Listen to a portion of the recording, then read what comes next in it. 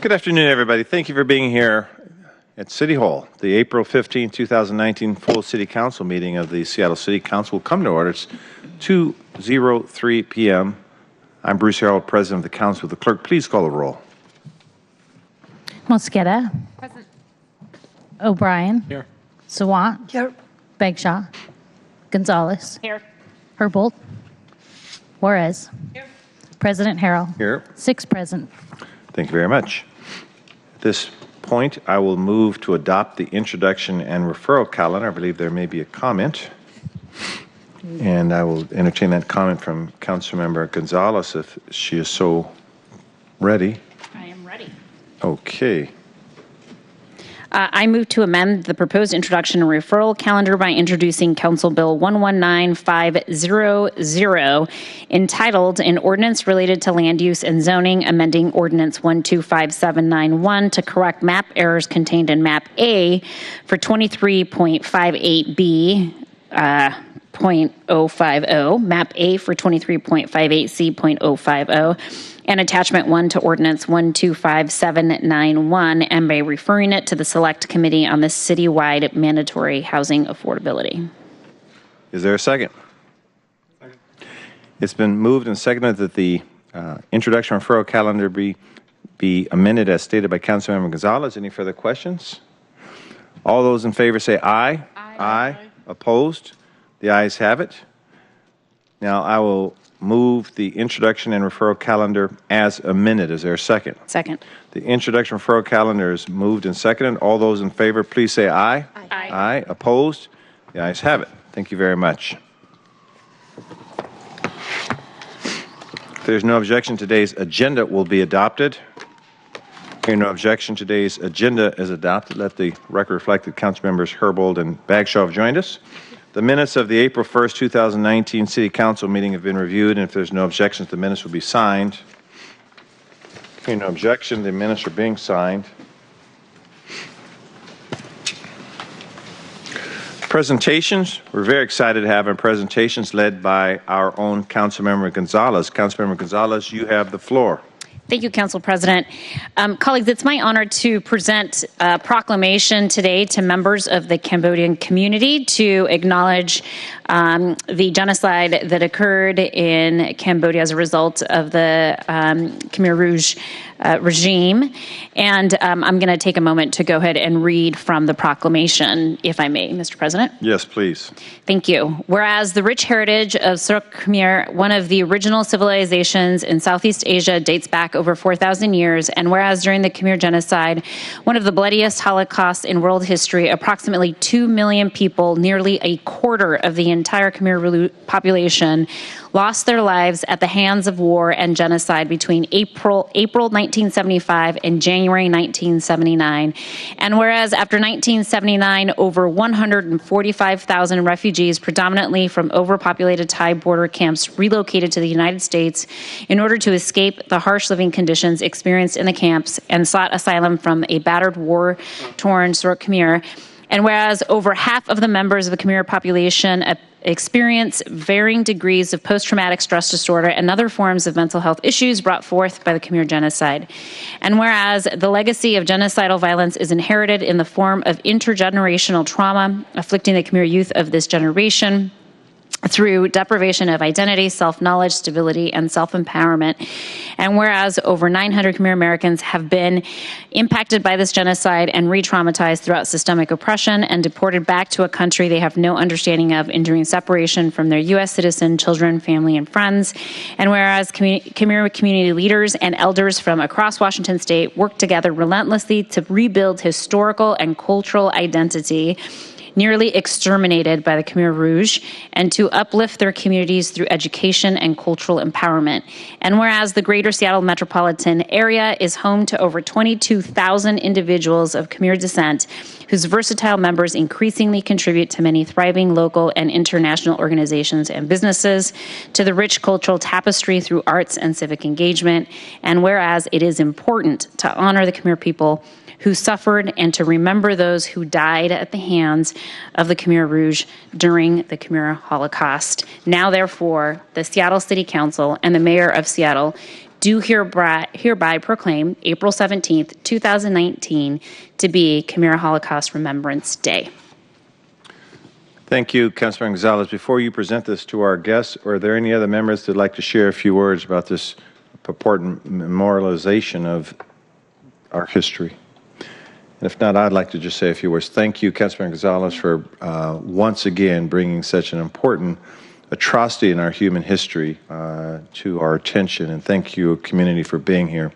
I'll date myself a little bit when I say this, but I was in high school when I would read the newspaper to read about this international atrocity. And I think when you were in comfortable Seattle at that time reading about this, it changes one's view on what this world could be when at its worst. And so thank you for reminding us of what this world can be when not unchecked, when there are powers to be that are unchecked. I know this has affected your community, your relatives, your family members, and particularly the younger generation of leaders in your community for making sure that we never forget. So thank you, Councilman Gonzalez. And if I may ask for the rules to be suspended in order to present the proclamation, and I believe there are members from the community who would like to make some remarks to the council. Yes, if there's no objection, the rules are suspended, and please proceed. Great. Right behind you, Lisa.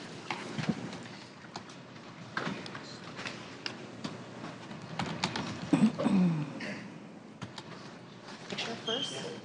Okay, and then you can make remarks.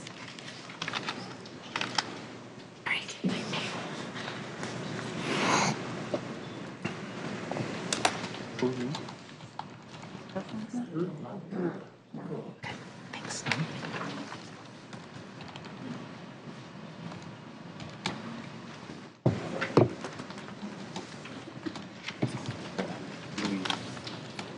Oh, okay. Just this week.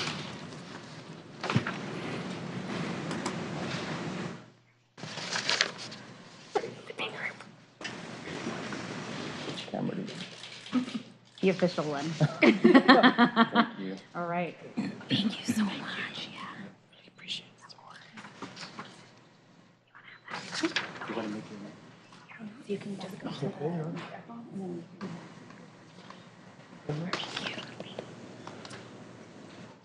Breathe.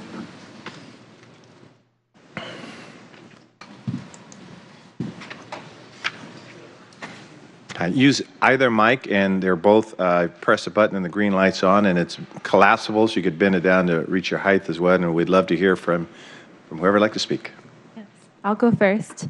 My name is Stephanie Ung. My dad is a survivor of the Khmer Rouge. I want to thank the Council President Harrell for having us here and sponsoring Councilmember Gonzalez. Thanks also to the Duwamish people as we are on their ancestral lands. This proclamation is important to our community because of the impacts of the Khmer Rouge are not isolated to that time period and to those survivors. The impacts are still felt today, and I feel them most when I learn about what my father has been through and what our people have been through. I think when people talk about trauma from the war, they talk about the survivors and how they pass that on to their children, their families. What people don't talk about is how it impacts the youth when they find out what their people have been through and how their people have survived. So both, I think, traumatic and also very empowering. So not only did a quarter of our population perish, nearly along with it, our culture and language, and ultimately with it, our identities. This is not just about remembering one tragedy, a one-time event. This is about recognizing and celebrating Khmer resilience as well. Thank you. This proclamation symbolizes our people's will to survive and is not just, as Stephanie said, this recognition of a tragedy, but also a celebration of Khmer resilience, because we are here today and we are thriving. And by sharing this knowledge and this history with our own communities that have been kept from us from a very long time, it is a step towards learning about our history and ourselves, because in order to know ourselves, we must know our history first. And with that, we are really excited to be able to also present this proclamation on an event we will be holding this Wednesday, April 17th at Red Square at UW, where we will be celebrating Khmer resilience, remembering, honoring this history, and being able to collectively heal as a result, to allow our youth and our community to really get a better understanding of how this has affected us and to express our trauma in art, through art. So thank you so much for giving us this opportunity, because through this, we hope to be able to take space to show and make sure that the world knows that this is something that we cannot forget. Mm-hmm. Thank you both. Yeah. Thank you both for your leadership and commitment. And thank you, Councilmember Gonzalez, for bringing this to our attention. Thank you Absolutely. very much. And I understand from our guests also that it is for the Khmer people. It is also the kickoff of Happy New Year. So Happy New Year to you all, and hope that you have a really wonderful celebration in the Red Square. Thank you for being with us. Thank you. Thank you. Thank you.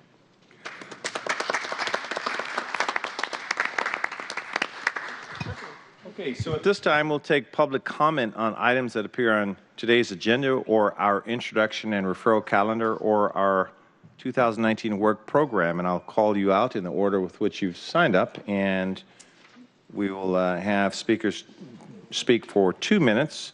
We'll start off with David Haynes, followed by Alex Zimmerman.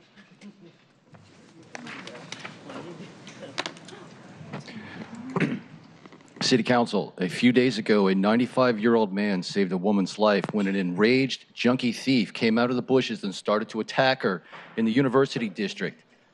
The 95-year-old man, who's a 35-year resident of Upper Queen Anne, didn't want to fight the younger criminal. And when the attacker was convinced by the 95-year-old not to attack the woman, the attacker turned against him, and so the 95-year-old went into the church. And the attacker ran inside the church to kill the 95-year-old. And the 95-year-old sought assistance from 2 pastors about calling the cops. The 95-year-old is forced to defend himself and punches the evil junkie, thieving, violent criminal 1 time and dropped the attacker.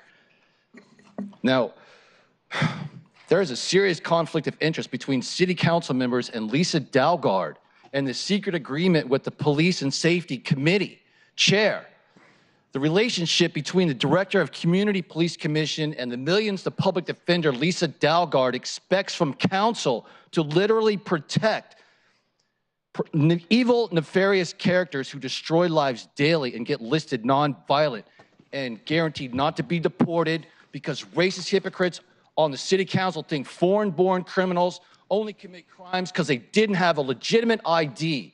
I know Mosqueda has mentioned that the only reason people are criminals is because they're not a citizen. Mr. Haynes, hold on for a second. I'm sorry. Stop City Council needs to realize the lies of why Seattle is dying and who is responsible for the root causes of liberal societal implosion. So, Mr. Haynes, this Attorney General, Mayor Durkin has, Attorney General Mayor Durkin These items are not on today's agenda. 2012 police reform by unconstitutionally adding a sentence that literally exempted the low-level drug pushers from jail. Mr. Haynes. Lisa Dalgard is probably the most if you're going to speak over me, I'm going to hold you being disruptive. I'm telling you now, you're putting on warning that you're being disruptive. Saturated community and drugs. And I'm going to ignore him and Councilmember I'm sorry, man. I didn't mean to call you out this, but I know for a fact that City Council Mosqueda has listed criminals who deal drugs. You're being disruptive, and so I'm going to have you removed by security. So security, please have him removed, please.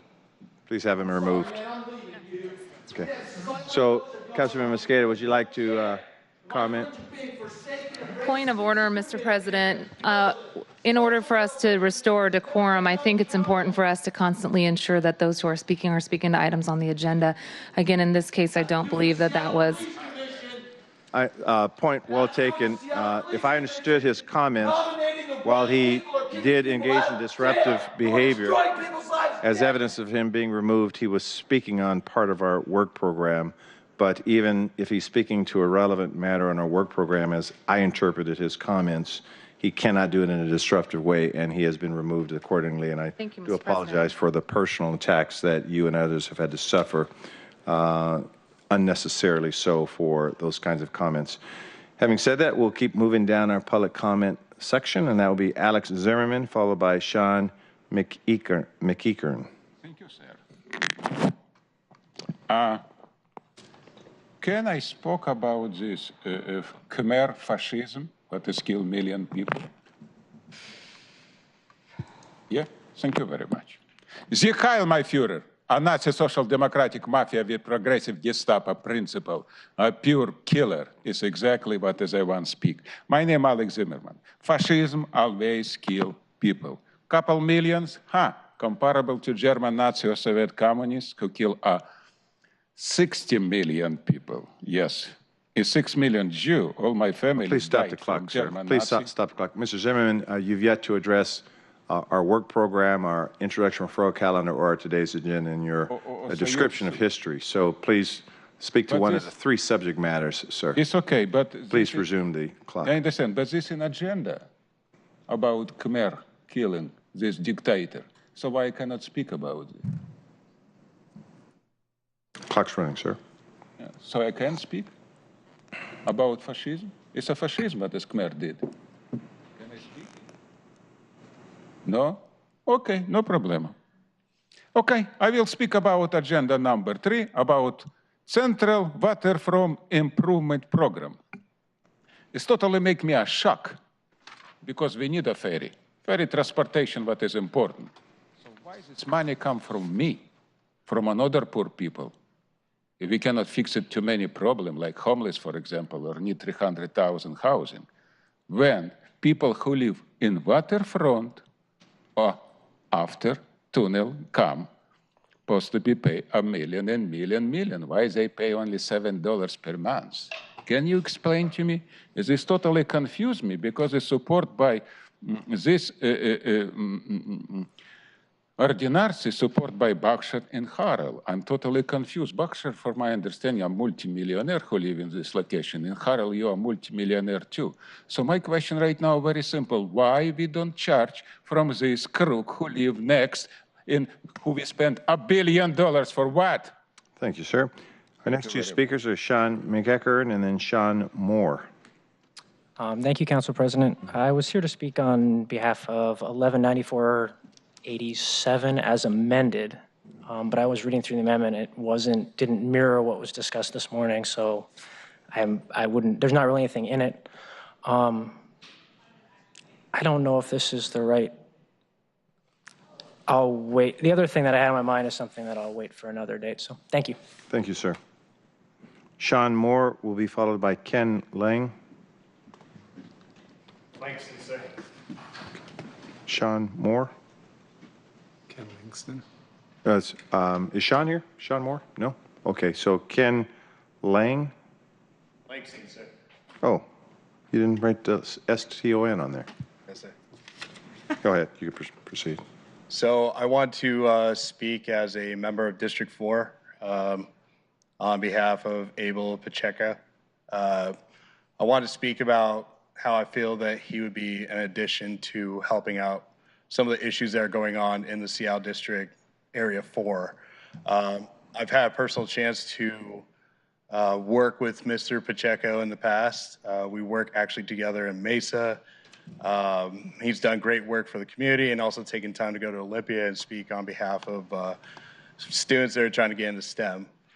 What I'd like to possibly see in the future is him being an active member, not only to lead because he also shares the same values I do, but also to be a member that can help everyone else, especially with the homeless problems, the issues that are coming up, the affordable housing, things like that, because he speaks out to the community and he takes time to listen. He's taken time to listen to me, and I'm an advocate for veteran support, veteran rights, and because he took time to understand like my culture, the people I associate with, it really spoke to me, and then I got a chance to understand where he's coming from and what he's able to do. What he's able to do is he's able to put time in, which is something that I've had a chance to see myself by going to knock on people's doors, taking time to speak to them and show that he really cares about this particular district and Seattle, which he's expressed to me multiple times, having been a part of his home. This is home to him, and he's taken time to actually get to know it. So for the record, I'd like to make sure, you know, as a representative for the veteran community and speaking for Mr. Pacheco himself, I'd like to see him become an active member as a councilman. Thank you. Thank you, Mr. Langston. Mr. Langston, I'll have you sign this. Can you pass that to Mr. Langston, please? You'll see. I can improve that a little bit there. Okay, so. Alex is back there harassing Monica. Oh, God. So we'll move on to our agenda. Yes, sir. We had one more request. Please, sir.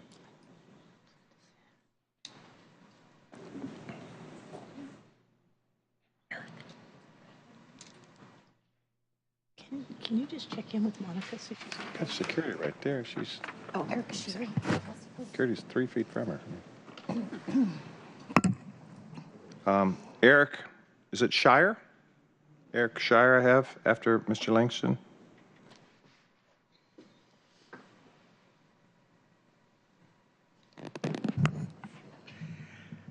Thank you, council members. My name is Eric Shire.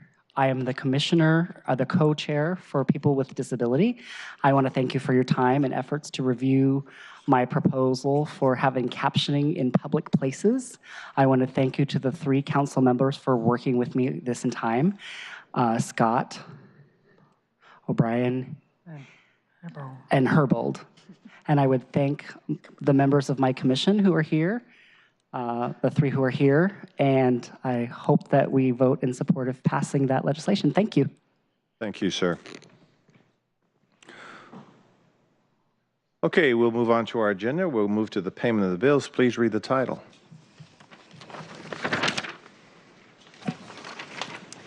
Council Bill 119-495, a property amendment to pay certain claims and order in payment thereof. I'll move to pass Council Bill 119-495.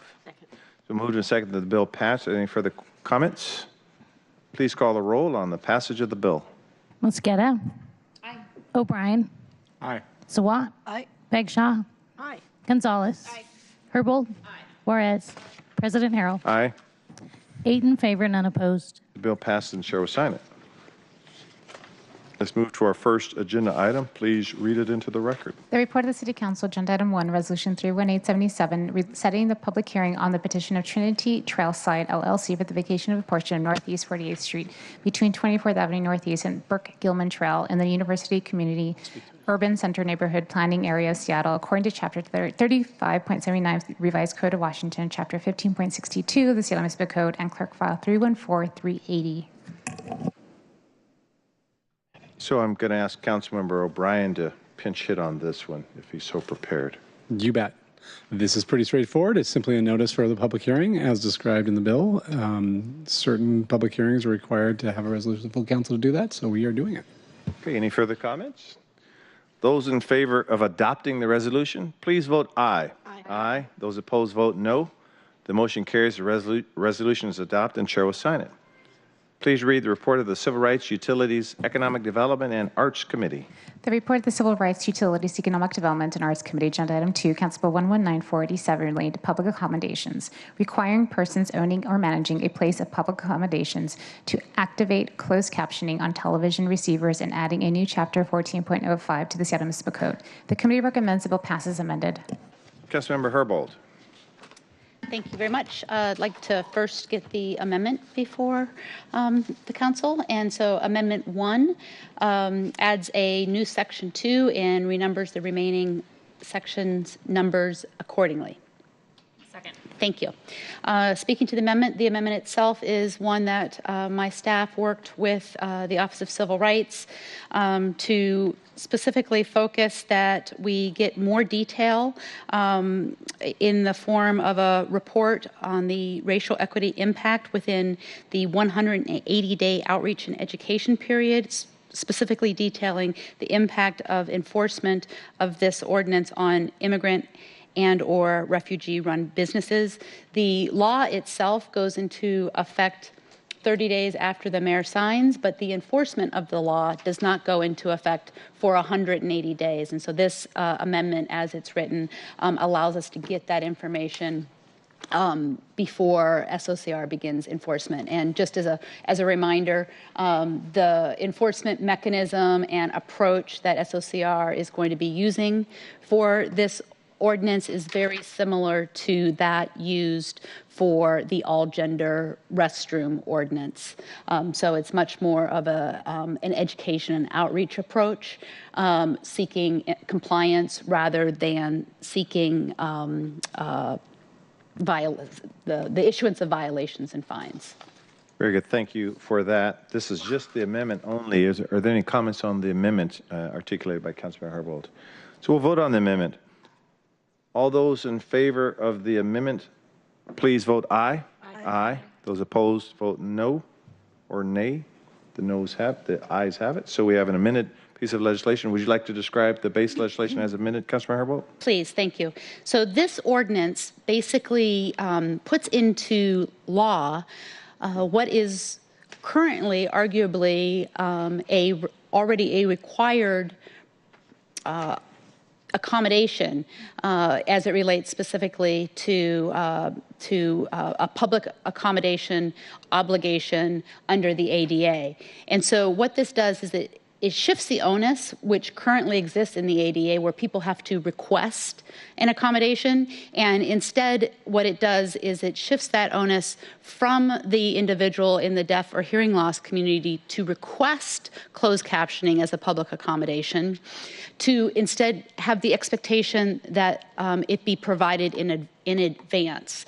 And this is, again, the objective is to shift norms so that people are better able to engage in public life. And so the ordinance itself is modeled in some ways better than similar ordinances in other jurisdictions. Some cities, some states have similar ordinances.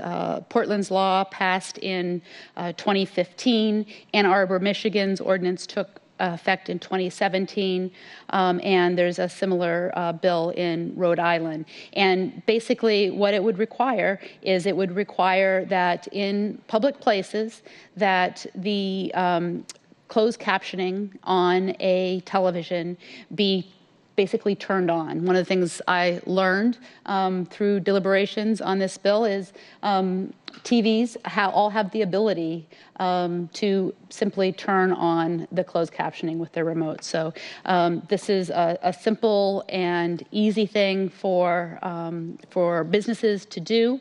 The background on this is that the Commission with People with Disabilities adopted a resolution last November to support this ordinance. They identified it as a priority in their work plan with the intent, again, to ensure full participation and inclusion for members of the hearing loss and deaf community to take place in public activities.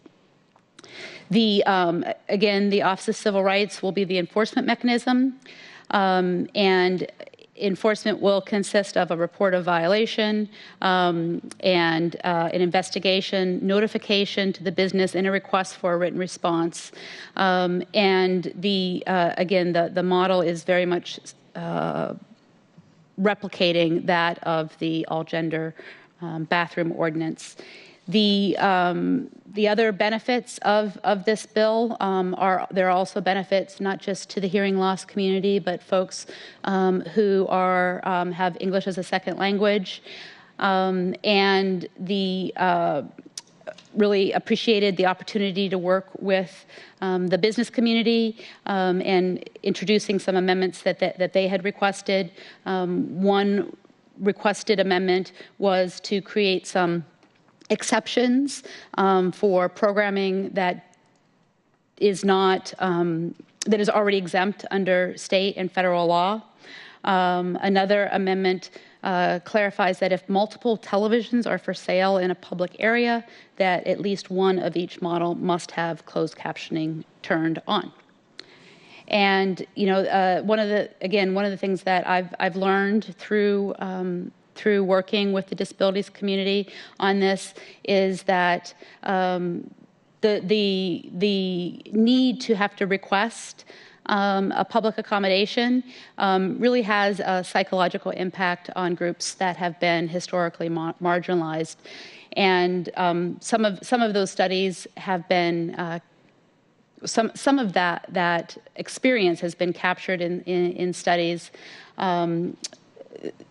that are academic studies and that point to the fact that internalized bias and inferiority inhibit the ability for people to be confident and take advantage of opportunities and activities available for the rest of the public. And I know that we here in Seattle want to make sure that we're removing those barriers whenever we can. Thank you. Thank you very much. Any further comments on the legislation as described by Councilmember Herbold? Okay. If not, please call the roll on the passage of the amended bill. Mosqueda. Aye. O'Brien. Aye. Sawant. Aye. Bagshaw. Aye. Gonzalez. Aye. Herbold. Aye. Juarez. Aye. President Harrell. Aye. 8 in favor, none opposed. Bill passed and Chair will sign it.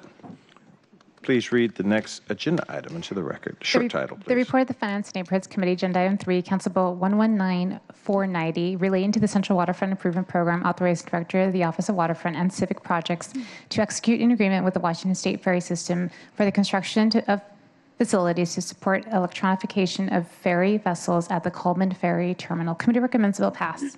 Councilmember Bagshaw. Thank you very much. This will affect our 2019 waterfront budget, and it authorizes our Director of Waterfront and Civic Projects, that's Marshall Foster, to accept non-city funds for capital costs and expenses relating to our waterfront. There will be an opportunity for the office to enter into a contract with Washington State Ferries to construct electrical improvements to support hybrid ferries on the Coleman Dock, and also adds external funding in the tune of $2 million from WashDOT around design funding and $10 million for the public benefit on the Pine Corridor, and that's part of the money that comes from the convention center. And it also updates our adopted 2019-2024 CIP to be consistent with the revised local improvement district. Committee recommends do pass. Any comments or questions? Councilmember Juarez. Thank you, Council President. First of all, I want to thank Councilmember Bagshaw, my vice chair in my committee. I've only been working on some of these issues for the last 3 years, but she's been working on them for almost a decade. I echo Councilmember Bagshaw's comments regarding the lid formation ordinance and the waterfront agreement were authorized by City Council this past January, so that is nothing new.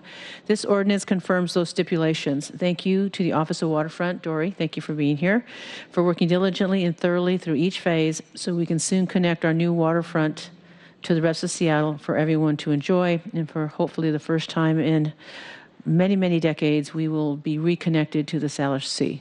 So thank you. Thank you, Councilmember Juarez, for those comments. Okay, if there's no further comments, please call the roll on the passage of the bill. Mosqueda. Aye. O'Brien. Aye. Sawant. Aye. Bagshaw. Aye. Gonzalez. Aye. Herbold. Aye. Juarez. Aye. President Harrell. Aye. 8 in favor, none opposed. The bill passed and Chair will sign it. We're going to move to other business, and I believe Councilmember Gonzalez has something she'd like to say on the other business part of the agenda.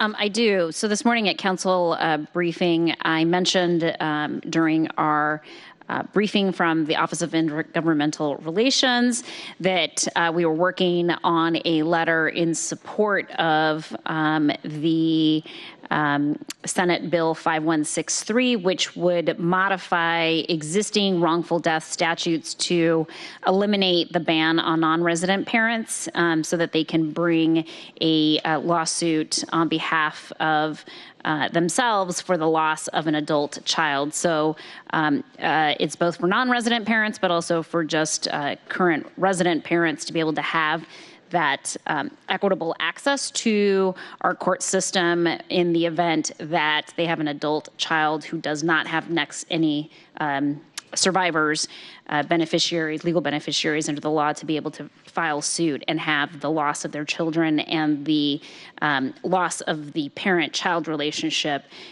be acknowledged within our legal system. So this has been a priority of mine for a long time since I was a trial lawyer, and continues to be a really important legislative fix in my mind to correct a lot of wrongs in our existing system that really do treat non-resident parents, meaning immigrants who live in the country or live outside of this country. If they have a child who is an adult who is killed as a result of a negligent action, they are legally prohibited currently from bringing a lawsuit and holding the entity that is responsible for that death accountable for their actions in causing that death. And likewise, same thing applies for resident parents who currently live in the country. So super important, really large equity issue, and this letter would signal to our state legislators and the House of Representatives that we support a clean bill on Senate Bill 5163 without two amendments that would, if passed, those amendments would actually water down the bill and not correct these fundamental issues that I've just described. So I'm going to pass this letter around consistent with council rules, since we have to sign letters by the full council in open session. So I'm circulating it now for signature. Very good. While you pass it, let's filibuster a little bit because that's going to take a while. Thanks for addressing it in open session. Councilmember Bagshaw. Thank you. Thank you, Councilmember Gonzalez, for bringing this forward. Can you talk to me about the retroactive application, if any? I don't believe this is retroactive. It would just be forward going, is my understanding. Okay, thank you. And as Councilman Gonzalez has pointed out, we will sign this in open session. Thank you for your leadership on this and making sure we support SSB 5163 and certainly oppose and encourage rejection of the amendments 511 and 683.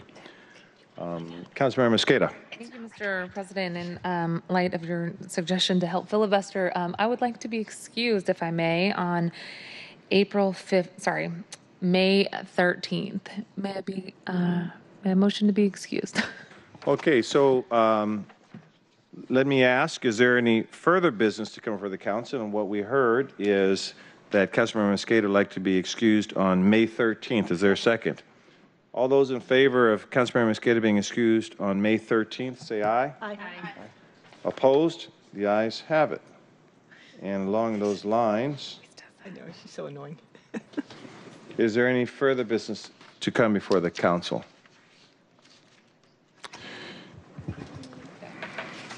And we'll just take a moment to